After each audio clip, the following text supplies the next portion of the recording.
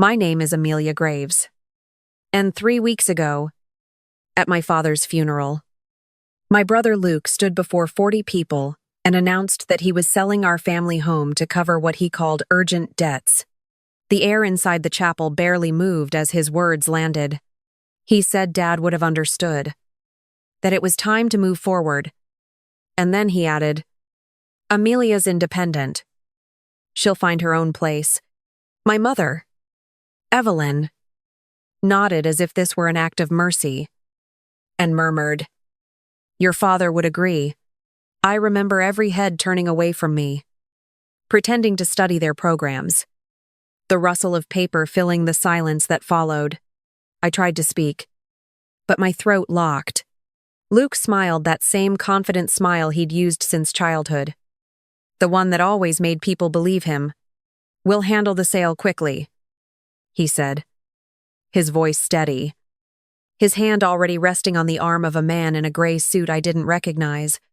I realized then that he had brought a realtor to the funeral.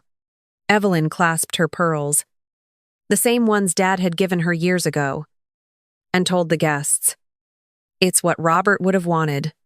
Luke can't be burdened any longer. My body went cold as relatives nodded, whispering about how responsible Luke was. How proud Dad must have been. Not one of them looked my way. When the service ended, I stood near the door as guests offered sympathy to the wrong people. Luke collected business cards with the same solemn expression he'd worn while reading the eulogy. I caught his voice behind me saying, We'll list it next month. My mother's response came soft and certain, Make it fast. That was the moment I understood this wasn't grief talking, it was a decision they'd made long before Dad's coffin was closed. Outside, the Texas sun hit hard, bleaching the edges of the sky. The funeral home's lawn smelled of cut grass and lilies, too clean for what had just happened. I watched the realtor shake Luke's hand beside the hearse, their silhouettes framed against the black car that carried everything left of my father. I didn't say a word. I just memorized that handshake like evidence. By the time everyone had driven away, I was still standing beside the doorway. The last one there. My mother had told the world that I could find my own place. But she had no idea I already had one, an apartment downtown filled with the quiet things I'd built myself. The only space no one could sell out from under me. And as the sky dimmed over the parking lot, I realized this wasn't just the end of my father's life.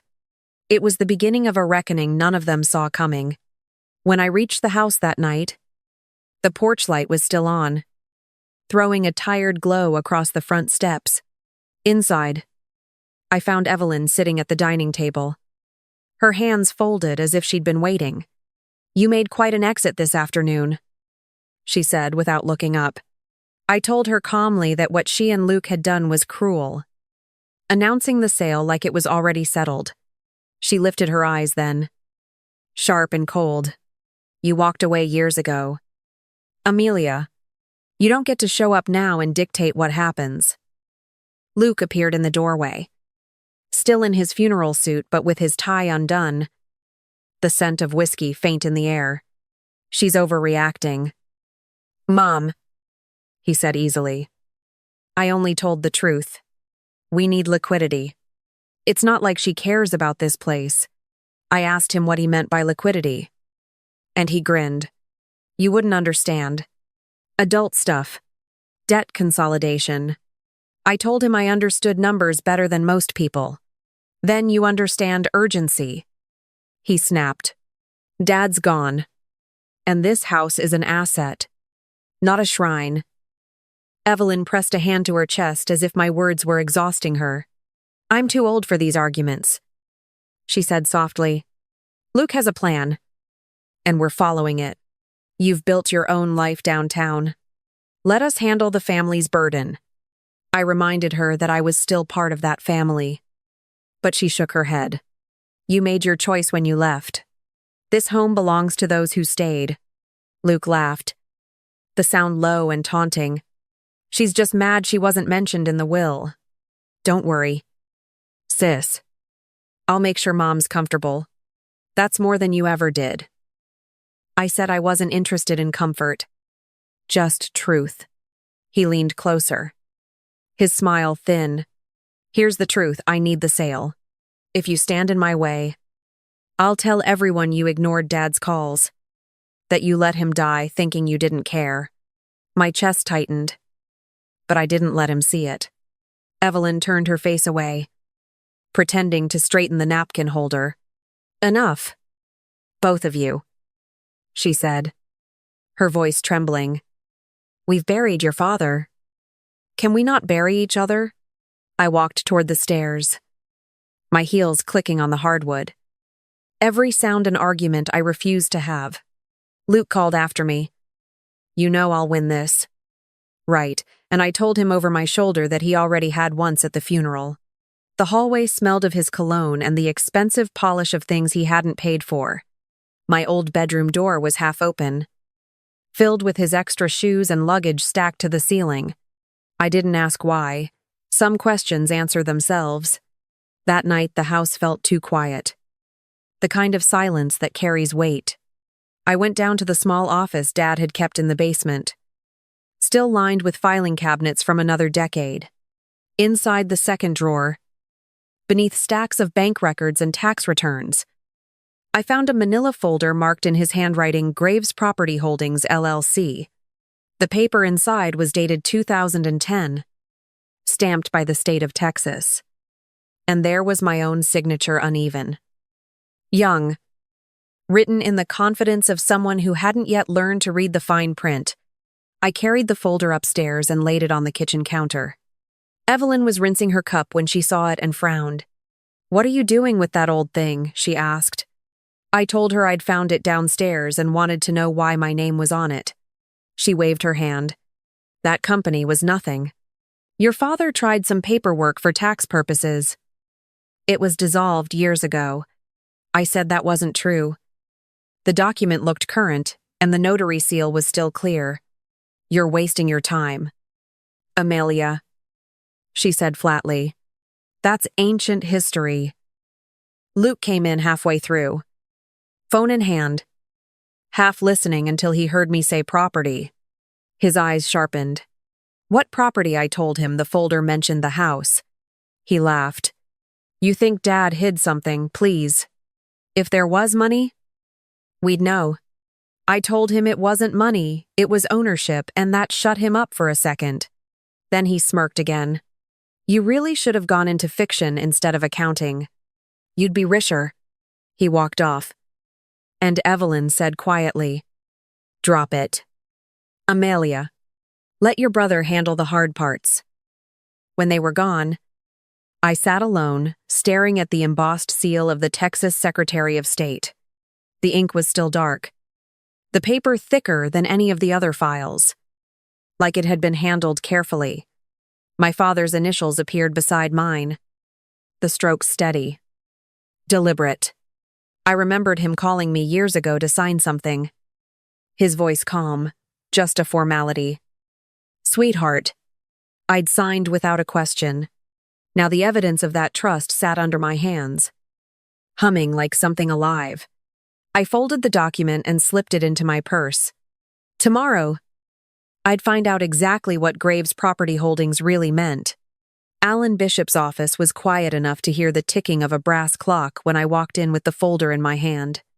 He looked up from his desk, adjusted his glasses, and said, You must be Amelia Graves. I was wondering when you'd come. I told him my father had passed 2 weeks ago, that I'd found documents about something called Graves Property Holdings, and I needed to know what they meant. He gestured for me to sit, saying calmly, Your father left instructions for this moment. He was very precise. I placed the folder in front of him and asked if he recognized it. He nodded. Yes. I drafted these papers with your father 15 years ago. I said the words slowly, trying to make sense of them. This LLC, was it just for taxes? Or does it actually own something? He opened a drawer, retrieved a thick binder, and said, It owns your family home on Travis Road. Your father transferred the deed to the LLC in 2010. I blinked at him. Then who owns the LLC? His answer came like a pin dropping in water. You do. Miss Graves. You're the sole member. For a moment, I could only stare at him. That's impossible, I said. I never paid a cent for that house. Alan shook his head. Ownership doesn't always come from payment. It comes from designation. And your father made his very clear. I told him my mother had claimed the company dissolved. Your mother was never informed. He replied. Robert asked me to keep it confidential until it became necessary. He worried about your brother's financial decisions. His tone stayed even. But I heard the weight in it. He didn't want the property liquidated for debts. I asked how he could be sure it was still valid. He turned the binder toward me, showing renewals, tax receipts, and notarized filings. Everything has been maintained annually. He even prepaid the registration fees through next year. I felt my chest tighten. So all this time, while they planned to sell it, the house was legally mine. He nodded once. That's correct. My voice dropped to a whisper. Why didn't he tell me? Alan's eyes softened. He thought silence would protect you better than explanation. He reached into another folder and slid an envelope across the desk. Your father left this with me 3 months ago, he said. My name was written across it in his shaky handwriting. He wanted you to have it when the time came. I didn't open it. Instead, I traced the uneven ink of my name and asked what I should do next. Alan leaned back. There will be a formal reading of the will soon. Everyone involved will be there. If you'd like the truth out in the open, that's where it happens. I nodded, still staring at the envelope. Then that's where I'll be. The room felt heavier when I left. The sound of the clock still marking every second my father had planned for, and none he'd lived to see. Patricia Gordon lived in a brick townhouse just outside Austin. Her name printed neatly on the mailbox beside a row of trimmed hedges. She opened the door before I could knock twice and said, Alan called. He said you'd be coming. I told her I'd found the LLC papers and that Alan had confirmed the property belonged to me. Then you're ready for the rest, she said, motioning me inside. The living room smelled faintly of chamomile and paper. I sat while she reached for a folder from the coffee table.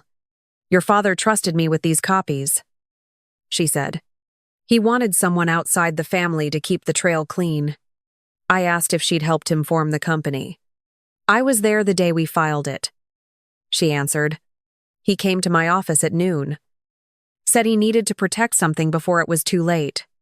I asked, protect from what? She smiled faintly. From love that bends too far. He didn't want emotion to undo logic. She laid out the documents. Each stamped. Each renewal filed with the state. Every year he paid the fees on time, she said. He even left a fund to cover future filings. I traced my name on the line beside his and asked why he hadn't told me. Patricia poured tea and said quietly, because if you'd known, you would have argued to share it. He knew you were fair like that. I told her he'd been right. He also knew you were the only one who wouldn't sell it, she said, handing me a notarized affidavit. I looked at the paper. Her signature below my father's. Dated the same week I'd graduated college. You witnessed it, I asked. Every word, she said. He read the clause twice. Made sure your name stood alone. I felt the sting of memory when she added, he said you'd earn everything else on your own. This. He wanted to keep safe for you. The clock in her hallway chimed, and I realized the same sound must have filled his study the day he signed it. I folded the affidavit and said, then it's time to make sure they hear him too. She nodded once. I'll be there when you do. The conference room smelled faintly of leather and old wood when I walked in at 9:45. Alan Bishop was arranging folders at the head of the table. His expression calm but deliberate. They'll all be here soon, he said quietly. I nodded and took the seat nearest to him. The envelope from my father still sealed in my bag. By 10. The room was full. Evelyn sat opposite me in her black dress. Luke beside her with that same smooth confidence that had carried him through every failure. Grandmother Ruth occupied the far end, her cane resting against the chair. Alan cleared his throat. "We're here for the formal reading of Robert Graves's will and estate documents," he began. "Before we start, I'd like to confirm that all family members are present," Evelyn said. "We are. And I hope this won't take long." Luke leaned back. "Let's just get this over with." Alan opened the first folder. Mr. Graves left a straightforward will. His personal effects are to be divided at Mrs. Graves's discretion. Savings accounts, totaling $47,000, go to his spouse. The vehicle, a 2121 sedan, is assigned to Luke Graves. My mother gave a satisfied nod while Luke smirked. "And the house?" she asked. Alan paused. "That's where things change." Luke laughed. "Don't tell me there's another surprise." "It's our home." Alan removed his glasses, set them beside the folder, and said, "The property located at 2120 Travis Road is not part of Mr. Graves's personal estate. It was transferred to Graves Property Holdings, LLC in 2010. The room went still. Evelyn frowned. "That's impossible. I lived there my whole life." Alan replied evenly. "Yes, you did. But legally, the property belongs to the LLC." Luke leaned forward. "Then the company belongs to the family." "Right, it's just paperwork." Alan turned a page and read, "The LLC lists a single member and sole owner, Amelia Graves." For a second, no one spoke. Then Luke pushed back his chair. "You're lying. She manipulated him." Alan shook his head. "The signatures were notarized in 2010, witnessed by Patricia Gordon, and filed with the state. All taxes have been maintained," Evelyn whispered. "He never told me," Alan said softly. "He asked that no one be told until it was necessary." Luke's face turned red. "You can't expect me to believe Dad would cut us out," I said quietly. "He didn't cut you out. He just didn't trust what you'd do with it." Luke shot up. "You think you're better than me because you ran off to the city. You left us to deal with everything." I met his glare. "I left because there was nothing left to deal with but your messes." He slammed his hand on the table. "I owe $320,000. All because I was trying to fix things you never cared about." Evelyn gasped. "Luke, stop." But he kept talking. "You want the truth. I need that house sold. Or people will come after me." Alan stayed composed. "That's unfortunate. But the house is beyond your control." Evelyn turned to me, her voice breaking. "Amelia, he's in danger. Please. You can help him." I told her I already had. Dad did this for that exact reason, to stop anyone from turning his home into another debt. She said. "You'd let your brother be ruined," I answered. "He did that on his own." Alan slid a lease across the table. "Miss Graves has agreed that Mrs. Graves may reside in the home under a renewable lease at $1 per month. Luke Graves will have no residency rights." Evelyn stared at the paper. $1, I said. "It's still a roof." "Mom. One that won't vanish with Luke's next gamble." Grandmother Ruth spoke then, her voice steadier than I remembered. "Robert told me he'd do this," she said. "He asked if I thought it was right. I told him yes." Evelyn's head snapped toward her. "You knew," Ruth nodded. "I did. And I was waiting to see if you'd do the right thing." Luke sank back into his chair, eyes hollow. "So that's it, I'm cut out," Alan answered. "The documents are final." I gathered the papers into my bag and stood. "You can get help." "Luke? Real help. But this house isn't your solution." Evelyn's whisper followed me to the door. "You sound just like him." I stopped only long enough to say, "Maybe that's the point." Then I walked out, leaving their voices fading behind the solid oak door and the sound of the clock ticking the same steady rhythm my father had trusted more than words. Luke caught up with me outside the office, his voice unsteady. "I'll go to rehab," he said. I told him. 90 days. No phone. No shortcuts. He nodded, eyes lowered. "I know. I didn't think he'd do this." I answered quietly. Neither did I.